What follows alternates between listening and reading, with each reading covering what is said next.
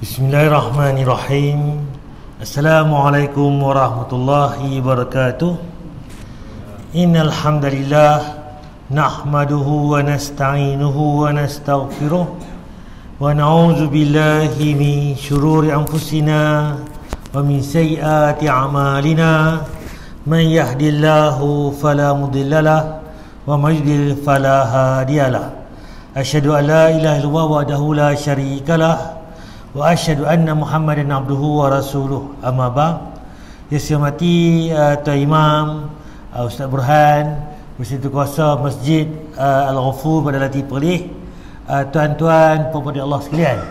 Pertama sekali marilah sama-sama kita manjatkan rasa syukur kita kepada Allah Subhanahu Wa Taala kerana limpah kurnianya. Dengan rahmatnya kita diberi masa, diberi tenaga, diberi kesihatan dan juga kesempatan pada pagi ini dapat sama-sama kita hadir untuk sama-sama kita solat subuh berjemaah dan dapat sama-sama kita sambung kuliah mingguan kita, tuan-tuan. Untuk maklumat tuan-tuan, pada hari ini 20 Oktober bersamaan dengan 3 Rabiul Awal, dan tajuk kita hari ini berkaitan dengan bab jual beli. Sambungan pada minggu lepas itu tajuk akhir, tuan, berkaitan dengan haram hukumnya jual beli gharar. Macam mana, tuan? Tajuk cerita dia, kita beli benda yang tak jelas, yang tak clear, yang samar-samar. Itu gharar ni. Apa Nabi beritahu kita tentang jual beli gharar ni? Kita tengok balik, adakah kita buat law ni berlaku tak benda yang gharar ni, yang tak clear, tak jelas, ataupun apa tu kita beli tu untung ke dia, kita yang rugi, ataupun macam-macam lah, dia ada tipu helah dalam jual beli ni, tuan-tuan. Sebelum saya nak pergi ke tajuk kita hari ni, kita akan tengok sikit tentang perbezaan antara Nabi dan Rasul. Apa cerita dia cerita ni? Nabi ni macam mana? Rasul macam mana? Nabi dan Rasul ni adakah orang yang sama ke gelaran saja ke? Apakah bezanya Nabi dan Rasul, tuan?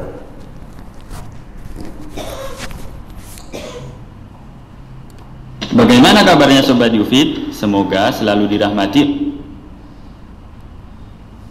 Kita semua pasti tahu bahwa sebagai manusia kita diciptakan untuk beribadah kepada Allah. Allah berfirman, "Wa ma khalaqtul jinna wal insa illa liya'budun." Okey, yang pertama sekali ni dalil dia, tuan. "Wa ma khalaqtul jins wal ins illa liya'budun." Kan supaya untuk beribadah kepada aku. Jadi Allah bagi kita ni, manusia ni, jin dan manusia ni tak ada lain untuk beribadah kepada dia. Cuma kita yang duk kerja saat lagi ni, pi bendang, pi kebun, lepas tu pi mana, pi berniaga sebagainya, pi pejabat dan sebagainya. Semua tu untuk nak kerja di dunia ni, nak kena makan minum. Jadi nak kena ada jual beli, nak kena cari rezeki. Itu cerita dia. Jadi cerita dia, kita yang kerja-kerja ni tambahan saja. Sebab apa? Nak hidup kat dunia ni kita kerja. Tapi terbaliknya, ibadah ni jadi nombor lah, nombor hujung-hujung. Tak apa, nanti kalau dan baru buat, kalau dan baru main masjid contohnya. Sebab apa? Kita dah letak benda tu hujung-hujung. Sebenarnya ibadah ni nombor satu. Apa-apa pun ibadah nombor satu. Barulah kita nak buat benda-benda lain. Jadi itu pertamanya kita dicipta di dunia ni. Dan aku tidak menciptakan jin dan manusia melainkan supaya mereka mengabdi kepadaku. Tapi bagaimana cara kita beribadah kepada Allah? Untuk itulah Allah mengutus para nabi dan rasul agar mengajarkan kepada kita cara beribadah kepadanya. Jadi macam mana kita nak beribadah tadi? Sebab tu Allah turunkan Nabi dan Rasul ni untuk ajak kita ibadah. Kalau ikut tu, boleh Allah turunkan malaikat ajak kita semayang, puasa, zakat, haji, terus. Allah turun malaikat ajak kita. Boleh. Tapi kita akan kata nanti, malaikat bolehlah tak tidur. Malaikat bolehlah mereka tak makan, tak minum. Duk ibadah saja. Kita ni nak makan, nak minum. Nampak, tuan? Sebab tu Allah bagi manusia juga, iaitu siapa dia? Kalangan kita juga. Yang makan, minum, tidur, lena, sakit, demam, sama aja. Nabi dan Rasul ni sama macam kita juga. Tapi cuma mereka ni ada kelebihan-kelebihan yang Allah bagi pada mereka. Jadi cerita dia, sebab tu Allah jadikan Nabi dan Rasul ni untuk mengajar kita cara beribadah. Semayang macam mana, puasa macam mana, zakat macam mana, haji macam mana. Semua tu apa tu Nabi dan Rasul yang ajak kita. Allah berfirman, "Walaqad arsalna fihim mundzirin." Dan sesungguhnya telah kami utus pemberi peringatan, yaitu rasul-rasul dari kalangan mereka. Nampak? Dan sesungguhnya telah kami utuskan pemberi peringatan rasul-rasul di kalangan mereka. Nampak tuan? Orang Arab tuan, Arab jahiliah ni macam mana Allah turunkan Nabi Muhammad kan? Jadi nampak kan, di kalangan mereka juga kan, macam-macam lah. Nabi Musa, Nabi Nuh, Nabi Ayub kan, kemudian Nabi Isa, di kalangan mereka, untuk mereka ambil panduan, ambil pegangan. Nah sobat, tahukah kalian tentang perbedaan Nabi dan Rasul? Dalam Quran Surat Al-Hajj ayat 52, Allah berfirman, وَمَا أَرْسَلْنَا مِنْ قَبْلِكَ مِنْ رَسُولٍ وَلَا نَبِيٍّ إِلَّا إِذَا تَمَنَّى أَلْقَى الشَّيْطَانُ فِي أُمْنِيَّتِهِ. Dan kami tidak mengutus sebelum kamu seorang Rasul pun, dan tidak pula seorang Nabi, melainkan apabila dia mempunyai suatu keinginan, setan pun memasukkan godaan ke dalam keinginannya itu. Dan kita ni Allah utuskan, setiap umat ni ada seorang Nabi, seorang Rasul yang mana menjadi panduan kita. Itu yang diberitahu. Ayat ini menunjukkan kepada kita bahawa Rasul berbeda dengan Nabi. Di manakah letak perbedaannya? Okey, Rasul dan Nabi ni ada beza tuan. Tak mana beza Nabi, tak mana beza Rasul. Nabi adalah seorang yang Allah berikan wahyu dan diperintahkan untuk menyampaikan syariat yang telah ada sebelumnya kepada kaum yang mendapatkan kewajiban untuk mengikuti syariat tersebut. Di antara buktinya, pertama sekali Nabi ni macam mana dia diutuskan untuk apa? Diberikan wahyu padanya. Diperintahkan untuk sampaikan syariat yang sedia ada. Sedia ada macam mana? Contohnya tuan, Nabi Musa, itu untuk orang Yahudi. Nabi kata di sini Nabi Harun ni diturunkan untuk bantu Nabi Musa alaihissalam adalah dakwah dia. Jadi Nabi Musa ni syariat Nabi Musa. Nabi Isa syariat Nabi Isa. Nabi Muhammad syariat Nabi Muhammad. Dia Nabi itu dia ada syariat. Semayang kita lah ni, puasa kita ikut Nabi Muhammad. Tapi Nabi habaq pula kita boleh buat haji, iaitu korban buat korban ikut Nabi Ibrahim. Sebab kita Nabi Ibrahim ni jauh, tapi korban kita tu sembelih lah ni kita ikut syariat Nabi Ibrahim. Boleh tak? Boleh. Sebab apa? Nabi beritahu, declare. Kita puasa kan ni, Isnin Khamis, itu puasa Nabi Muhammad. Ajak kita puasa Isnin Khamis sunnah. Tapi kalau Nabi ajak pula, kalau kita rajin juga, boleh puasa Nabi Daud, sehari buka sehari tutup, sehari buka sehari tutup. Pun boleh juga. Yang tu yang Nabi suruh kita boleh ikut. Jadi tak boleh kita merojok pula, ambil sana sikit sini sikit. Jadi mesti apa Nabi beritahu itu yang kita buat. Itu yang pertama. Harun alaihi salam. Sobat pasti sudah tidak asing dengan Nabi Harun. Beliau adalah Nabi yang diutus untuk menemani Nabi Musa alaihi salam. Nabi Harun ni dia untuk teman Nabi Musa. Nabi Musa dia turunkan wahyu, kitab Taurat pada mereka. Taurat ni iaitu yang mana orang Yahudi pakai itu. Zabur, Injil, Taurat. Injil Nabi Isa. Orang Kristian pakai, orang kata Injil itu Bible tu. Tapi Bible yang ada lah ni bukan Injil yang ada tu. Sebab mereka dah olah dah ubah dah. Ambil sana sikit, buang sikit, yang mana yang kena kat mereka kekalkan, yang mana bukan kena kat mereka, lawan balik mereka buang. Itu yang ada lah ni. Sebab tu orang Kristian ni sesat.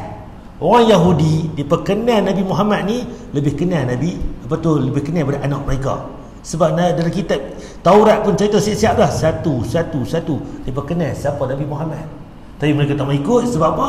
Nabi Muhammad bukan daripada kaum mereka. Itu tuan nampak tadi kan, dia cerita dia. Jadi cerita dia Nabi Harun tadi dia teman Nabi Musa, bantu tuan. Kalau kita tengok balik Nabi Musa ni lidah dia tu dicedera kecil-kecil dulu ni diuji. Kan bila yang mana siapa anak lelaki tu akan dibunuh ramai-ramai. Sebab apa? Dia punya ahli nujum kata akan ada Nabi lepas ni yang mana daripada Bani Israel ni akan lawan engkau. Sebab tu dia bunuh siapa yang mengandung, siapa yang beranak ni, anak lelaki dia akan bunuh ramai-ramai tu. Itu Fir'aun dan cuma kalau tengok balik tu jahiliah Fir'aun. Kita zaman kita lah ni bukan kata anak lelaki, perempuan pun kita bunuh. Sebab apa? Anak luar nikah, dapat anak tak kahwin lagi ni, dapat anak yang orang kata anak haram lah bahasa kita lah. Anak tak dosa, tapi mak ayah tu bunuh anak dia. Sebab apa? Malu kat orang, laki perempuan kita bunuh. Sebenarnya kita lebih jahiliah lagi daripada Fir'aun kan. Lebih kejam lagi. Firaun bunuh nak lelaki saja, kita lelaki perempuan kita bunuh, tuan. Itu bezanya, tuan. Jadi Nabi Harun tadi dia bantu Nabi Musa. Nabi Musa, tuan-tuan, dipilih kan, ambil bara api dengan dia ambil bara api, lidah dia cedera, tuan. Sebab tu dia, kalau bahasa kita, dia punya bahasa percakapan dia tak lancar seperti jelas, tuan. Sebab tu Nabi Harun ni dia membantu lagi percakapan lebih jelas lagi. Itu yang disebut dalam Al-Quran. Syariat baru dari Allah, namun beliau hanya meneruskan apa yang Nabi Musa alaihi salam bawa kepada Bani Israel. Jadi jelas kita buat Nabi Harun dia tak keluar syariat baru, dia bantu Nabi Musa. Nabi Musa dia nabi, dia rasul. Beza sebab apa? Dia dapat syariat ni. Nabi Harun dia bantu Nabi Musa. Dia tak ajak benda baru, dia bantu bagi jelas lagi, bagi bantu lagi tentang perkembangan Nabi Musa ajak. Sedangkan Rasul adalah seorang yang Allah berikan wahyu dan diperintahkan untuk menyampaikan syariat baru dan diutus kepada kaum yang menyelisihi perintah Allah. Jadi kita faham ni, Nabi ni banyak Nabi, sebab tu Nabi ni banyak, beratus dan sebagainya. Kemudian rasul pula tak banyak, tuan. Hanya tertentu saja yang jadi rasul, tuan. Perintah Allah. Di antara contohnya adalah Nabi Isa alaihi salam yang diutus kepada Bani Israel. Beliau membawa syariat baru untuk menyempurnakan Taurat. Nampak? Nabi Isa ni lepas Nabi Musa, Nabi Isa ni dia rasul. Sebab apa? Dia buat syariat baru. Tadi Taurat, ni Injil pula. Sebab apa? Nak perbetul balik yang mana ni tentang mengutukan Allah tu. Sebab tu kalau tengok balik, semua nabi-nabi yang Allah turun ni la ilaha illallah, buang ilah lain, Tuhan lain kecuali illallah, Tuhan yang satu. Nabi Adam, Nabi Idris, Nabi Nuh, Nabi Ibrahim, semua nabi Allah satu, Allah Esa. Sebab tu time tu Taurut banyaknya berhala, depa lawan sembah apa? Matahari, bukan Allah satu. Sembah benda-benda patung, Allah satu. Semua nabi ni dia clear Allah yang satu. Cuma syariat dia beza. Nabi Muhammad cara Nabi Muhammad, Nabi Ibrahim cara Nabi Ibrahim, Nabi Musa cara Nabi Musa. Tapi bila semua ni Nabi Muhammad last, yang lain tak pakai dah, kena ikut Nabi Muhammad. Itu cara dia, tuan. Allah berfirman, wa qaffayna ala atharihim bi Isa bin Maryam musaddiqan lima baina yadayhi min at-Taurah. Dan kami teruskan jejak mereka dengan mengutus Isa putra Maryam membenarkan kitab yang sebelumnya, yaitu Taurat. Dia membenarkan kitab Taurat sebelum ni. Nabi Musa sebut tu betul dah, dia bagi clear lagi. Nampak? Nabi Muhammad pun dia membenarkan kitab Taurat, Zabur, Injil. Dia membenarkan lagi, mengclearkan lagi. Betul. Jadi semua ni yang 3-4 ni tu panggil agama langit. Orang Yahudi, orang Kristian, orang Islam kita, itu agama langit, tuan. Agama langit apa dia? Daripada Allah turun. Kalau agama bumi macam mana? Ni kuil Hindu, Buddha, Tok Kong yang mana kita buat yang adalah ni kan, orang agama Hindu, agama Bahai, agama apa semua ni, tu agama reka-reka, cipta-cipta, tuan. Itu manusia reka, tu agama bumi. Yang tadi ni agama langit, agama daripada Allah, tuan. Wallahu a'lam. Demikian yang dapat kami bagikan, semoga bermanfaat. Jadi cerita dia, Nabi Rasul ni lebih kurang sama. Tengok sekali lalu, punya ada bezanya. Rasul ni dia bawa syariat. Yang mana dia clear balik. Tapi Nabi ni dia bantu bagi perindang balik dalam membantu dakwah tadi. Okey, ni tentang Nabi dan Rasul. Kita pergi tajuk kita hari tu ni minggu lepas berkaitan dengan larangan jual beli khamar ataupun arak. Khamar ni arak, tuan. Macam mana cerita dia? Iaitu ada satu dalil dari Aisyah radhiyallahu, ia berkata Rasulullah SAW bersabda, diharamkan segala bentuk jual beli khamar. Apa saja jual beli arak ni diharamkan. Yang jual pun haram, yang beli pun haram. Hadis Bukhari dan Muslim, orang panggil muttafaqun alaih. Yang kedua pula, dalil yang kedua dari Abdullah bin Abbas radhiyallahu, bahawa seorang laki-laki menghadiahkan satu kindi ni, satu jam arak, kan? Bukan satu bekas arak. Rasulullah SAW berkata kepadanya, tahukah engkau bahawa Allah SWT telah mengharamkannya? tahu dah Allah haramkan arak ni? Ia menjawab, tidak. Kalau begitu, buatlah gembira orang lain.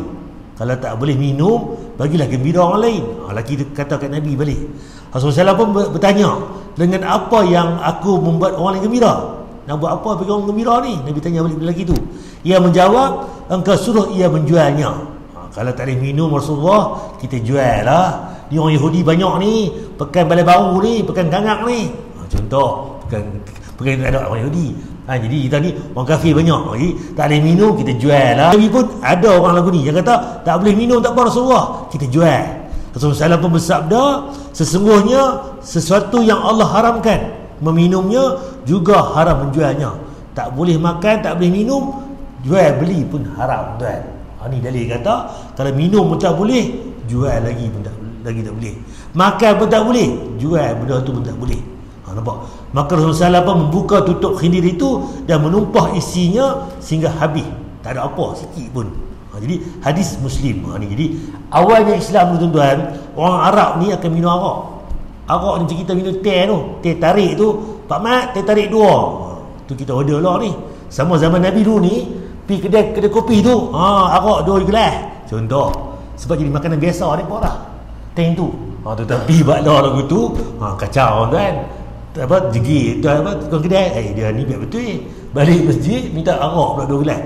Jadi pelik. Sebab zaman dulu ni arak ni boleh minum, tapi bila nak semayang tak boleh minum arak. Lepas habis mahal semayang pergi minum, tak apa. Lepas tu bila orang nak semayang balik, jangan minum. Itu arahan pertama. Arahan kedua pula, arak haram terus. Time nak semayang ke, luar semayang ke, tak boleh minum arak terus, haram terus. Satu parti haram. Ni jadi tu cerita ada. Cerita macam mana? Dalil kedua ni. Dari Anas bin Malik radhiyallahu, ia berkata, ketika khamar diharamkan, aku biasanya menuangkan khamar untuk sebelah orang. Anas ni sahabat Nabi ni, dia kata ketika khamar arak diharamkan, dia tengah duduk tuang ni sebelah gelas orang nak minum. Mereka menyuruhku, lalu aku menumpahkan botol khamar itu, botol arak itu, dan orang-orang juga turut menumpahkan botol-botol arak mereka, sehingga jalan-jalan di kota Madinah tidak boleh dilalui kerana dipenuhi dengan bau arak. Nampak kata tuan-tuan, bila mai arahan kata arak haram, depa apa dia? Terus tuang. Kalau kita lah zaman lah ni, arak haram, sat habalah ni, bos teguk dulu kan. Ada lagi separuh ni gelas, bagi habis dulu. Rugi ni kalau aku tak minum ni, haram selama je. Nampak tuan, depa patuh pada Allah tuan. Dengar kata haram, tuang terus. Yang mana tuju sebelah orang lain tadi pun tuang. Bukan depa saja tuan, satu Madinah. Orang Melayu kita buhayak ni dalam bekas-bekas je. Arak zaman Nabi tu berkatun-katun, berkodi-kodi, berguri-guri. Kalau kita cerita Cina tu kan, cerita yang apa kungfu arak tu Cina kan. Ni cerita Mak Saleh tu, cowboy tu. Tu dia kat belakang tu dia botol-botol bertuntung. Macam tu lebih kurang kan. Dia pakai simpan sikit, simpan banyak-banyak dalam stor. Apa jadi dia tumpahkan semua yang ada ni sampai banjir pekan Madinah tu dengan arak tuan. Kalau satu rumah tuan 5 guri, bayangkan kampung kita ada berapa kampung? Bayangkan kan. Jadi beramai-ramai akan buang arak tu. Sampai tahu tu. Sebab tu bau habis pekan Madinah tu bau arak. Tapi bala baru tuan, pekan bala baru bau arak. Tu dia bayangkan. Ini betapa hebatnya mereka sayangnya Nabi ni. Ikut Allah kata kan, haram tu tuan. Tak kata sat lagi lah, tak buat segera tuan. Okey, ni tentang 10 dilaknat berkaitan dengan arak. Macam mana tuan? Pemirsa Khazanah, Anas bin Malik radhiyallahu anhu pernah menuturkan, Rasulullah sallallahu alaihi wasallam melaknat terkait khamar 10 orang. Jadi Allah Nabi sallallahu alaihi wasallam kata, apa tu, Allah kan laknat orang yang berkaitan dengan arak ni 10 jenis orang tuan. Apa dia tuan? Orang yang memerasnya, orang yang minta diperaskan, orang yang meminumnya, orang yang mengantarkannya, orang yang minta diantari, orang yang menuangkan, orang yang menjualnya, orang yang makan hasil penjualannya, orang yang membelinya, dan orang yang minta dibelikan. Hadis Tirmizi tu dia. Siapa Z? Siapa tolong perah pun kena. Siapa yang suruh memerah pun kena. Siapa yang suruh apa tu diminta beli pun kena. Siapa yang minta apa tu bawa mai hidang tolong tuang pun kena. Semua siapa Z dikira tuan. Cerita bab arak ni siapa Z kena. Orang pertama sampai orang ke-10 tuan. Yang ni dilaknat oleh Allah tuan. Jadi kena berhati-hati bab arak ni tuan. Okey, tajuk kita hari ni. Jual beli haram hukumnya jual beli gharar. Apa dia tajuk jual beli gharar ni? Iaitu pertama tuan kita tengok apakah cerita tentang gharar ni? Apakah penerangan tentang gharar? Gharar dan transaksi jual beli gharar ni, apa dia tentang gharar ni? Kekurangan, bahaya ataupun tidak jelas, tak clear tuan. Dari segi istilah pula, jual beli dan transaksi yang di dalamnya terdapat unsur tidak jelas, keraguan dan sejenisnya yang mengakibatkan wujudnya perasaan ketidakrelaan dalam transaksi. Kita rasa terkena aku hari ni. Nampak? Dia beli benda tu tapi rasa tak puas hati. Sebab apa? Si penjual tadi kecoh dia, bohong dia. Nampak tuan? Jadi jual beli ni dia tak jelas, keraguan. Itu yang pertama. Macam mana gharar ni? Rasulullah SAW melarang jual beli hasyah dengan cara melempar kerikil dan jual beli gharar. Kerikil macam mana tuan-tuan? Macam ni tuan. Contoh tuan. Okey. Ni ada buah temikai ni. Saya pergi kat Nat, bela baru lagi. Saya beli buah temikai, saya buat macam mana? Saya pusing belakang, ni buah temikai, saya beli belakang. Oh, jatuh tahun tu. Saya beli buah ni. Apa ni? RM5 sikit sebiji. Saya ambil balik. Balik rumah, Allah, buruk pula buah temikai ni.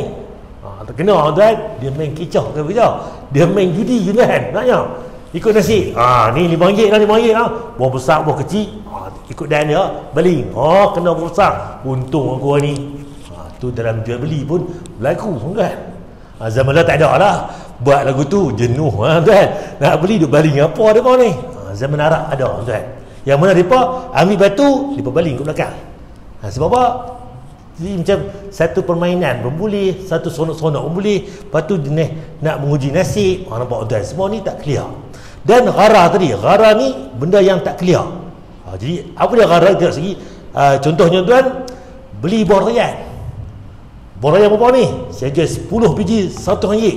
Mana buah? Bayarlah satih dulu. Ada tu di bawah tilam tu, di bawah belakang kereta tu, belakang bonet. Tak tengok lagi buah. Buah kecil ke, buah besar ke? Bayarlah satih 10 biji. Buat tuan.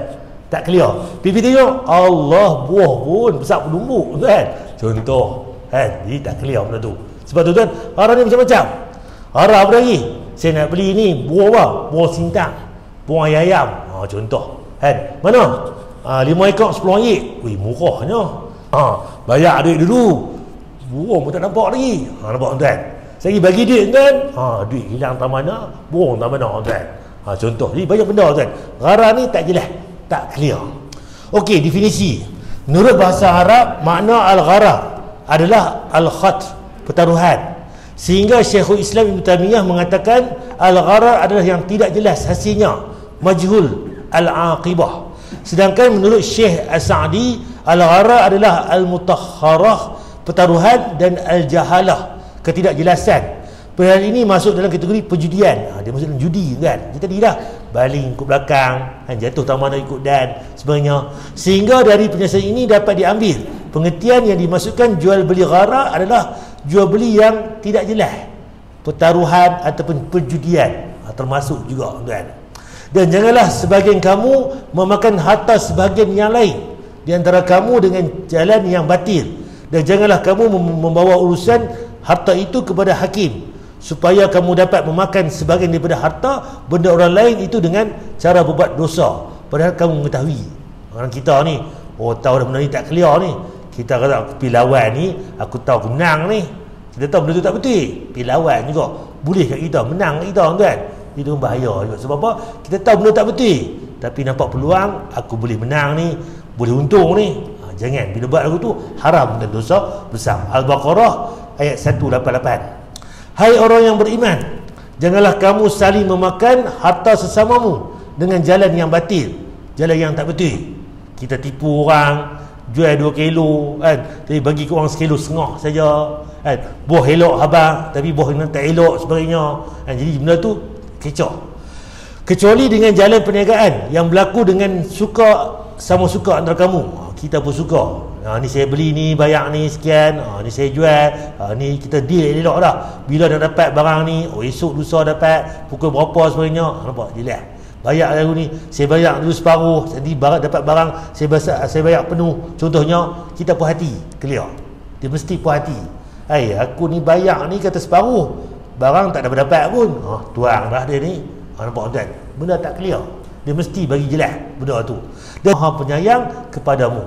An-Nisa ayat 29. Jadi kena berhati-hati tuan. Syekhul Islam Ibn Taymiyah menjelaskan dasar perlarangan jual beli gharar ini adalah larangan Allah dan Al-Quran, iaitu larangan memakan harta orang dengan batil, dengan salah. Begitu pula dengan Nabi SAW, beliau melarang jual beli gharar. Pelarangan ini juga dikuatkan dengan pengharaman judi, sebagaimana dalam firman Allah, hai orang yang beriman, sesungguhnya minum khamar, arak tadi, berjudi, berkorban untuk berhala. Kita berkorban selain daripada Allah ni untuk berhala sebagainya, mengundi nasib dengan panah, ambil anak panah, ni cari yang mana panjang, yang mana pendek. Jadi itu pun sama juga, adalah perbuatan keji, termasuk perbuatan syaitan. Maka jauhilah perbuatan-perbuatan ini agar kamu mendapat keberuntungan. Nampak tuan? Nabi larang benda khamar tadi, arak, jual beli, yang mana gharar tadi, berjudi, adu nasib dengan panah, kan? Semua ini perbuatan syaitan tuan. Jadi kena berhati-hati. Sedangkan jual beli gharar, menurut keterangan Syekh As-Sa'di, termasuk kategori perjudian. Syekhul Islam Ibn Taymiyah sendiri menyatakan semua jual beli gharar seperti menjual burung di udara.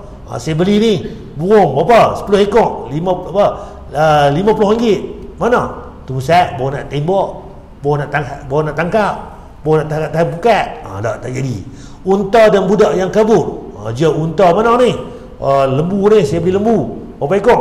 5 ekor. Mana? Duk siam lagi tu. Duk berumah lagi. Mai tak tahu bila nak mai. Bayar duit dulu. Tak kena tahan dekat sepadan tuan. Itu pun sama juga. Bagi ada kat Malaysia kita ni. Duk tahu mana? Duk Balai Baru tu. Duk tahu mana? Duk Bukit Teri. Boleh dah pergi tengok. Ni duk mana? Duk dekat Myanmar lagi ni. Duk berumah lagi. Jadi benda tu tak jelas. Buah-buahan belum nampak buahnya. Saya jual buah ni, serelung harum manis ni, saya jual pokok harum manis kita ni, serelung berapa? 5,000. Pokok pun tak nampak lagi, kan? Baru nak tanam, tak pun pokok ada dah, buah pun tak ada lagi. Jadi tak clear. Cerita dia, kalau nak pawah pun bagi nampak dulu. Buah ni lagi berapa bulan lagi, sebulan lagi nak ambil. Itu tak apalah, gagahlah ungkul-ungkul semua tu. Ni buah pun tak kelok putih lagi. Ni jual pakai apa tu, uji nasib. Seluruhnya termasuk perjudian yang diharamkan oleh Allah dalam Al-Quran. Itu cerita dia, kena tengok balik tentang jual beli haram ni. Haram ni tak jelas. Apa saja jual beli tak clear, itu haram, kan? Dia untung ke dia, rugi pada pembeli, nampak macam aku terkena ni. Nampak benda tu tak jelas, kena berhati-hati. Jadi semua benda yang tak jelas tadi, nama dia haram. Jual beli yang tak clear tuan. Sebab Islam ni tak mau dia kita rasa tertipu. Islam ni agama yang jelas. Dia tunjuk balik tentang benda beli A lah, B lah, jelas. Bayar lagu ni, dapat lagu ni. Yang ni pun puas hati jual, orang ni pun puas hati beli. Dia mesti saling puas hati. Dia mesti win-win. Tak boleh si pembeli kena tipu ataupun si penjual ni yang untung saja. Dia mesti dua-dua untung. Yang ni dapat barang elok, ni dapat duit. Contohnya, kan? Allah malam tentang jual beli gharar ni. Ada tuan nak tanya tentang jual beli gharar ni, kan? InsyaAllah dalam minggu depan kita akan sambung tuan. Tajuk baru berkaitan dengan, kalau sini tajuk, tak sini, dan tajuk baru ni lah berkaitan dengan yang lain pula tuan. Ada tuan nak tanya tajuk kita hari ni? Ya, baik.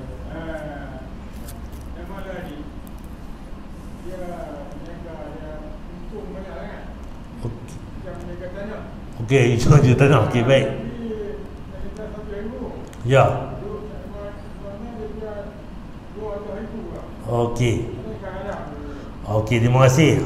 Ni Umi Broka lah bahasa dia. Macam mana? Okey, dalam bab tu dia benda tu kena tengok balik timbang tara lah. Dia mesti benda pun jual beli tanah ni pun diikat dengan semasa.